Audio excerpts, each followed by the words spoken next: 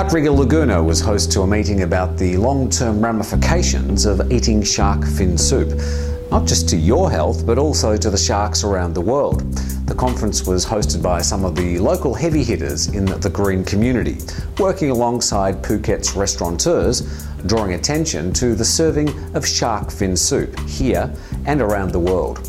We spoke to Kun Chanada Tanakulapat and also Steve Golster from the Freeland Foundation about sharks, the soup and the campaign to get shark fins out of our restaurants. Actually, the Fin Free Thailand campaign is a campaign implemented by 3 organizations, the Freeland Foundation, Levala Foundation and Change.org Thailand.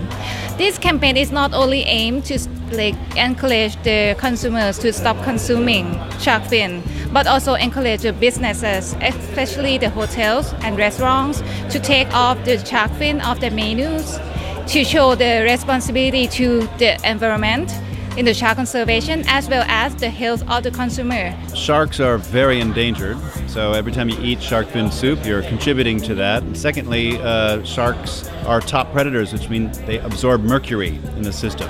So you're actually endangering yourself when you eat shark fin or shark meat.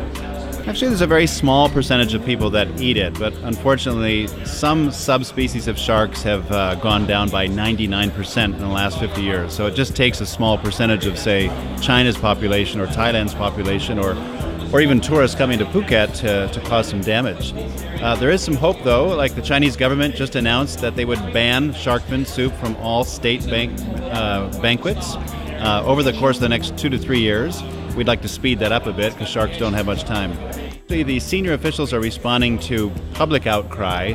There's been a lot of campaigning in China by Chinese superstars in Chinese language, so people are starting to realize that there's not actually very many sharks out there. The whole practice of shark finning is very cruel and wasteful, and let's stop doing it.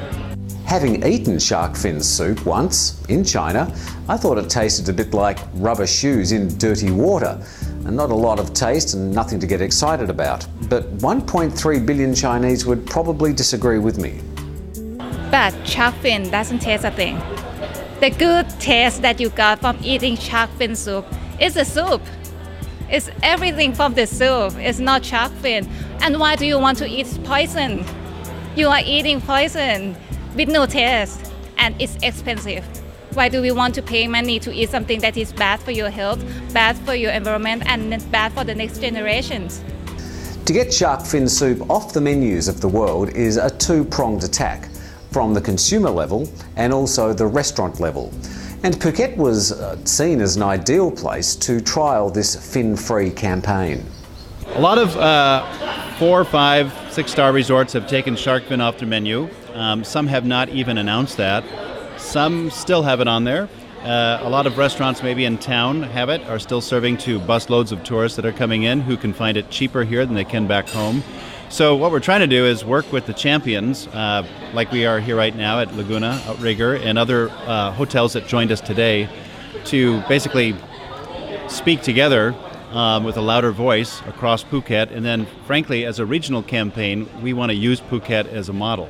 A lot of people in Asia know about Phuket. They come here. It's a big destination. So if they're doing it in Phuket, they can do it anywhere.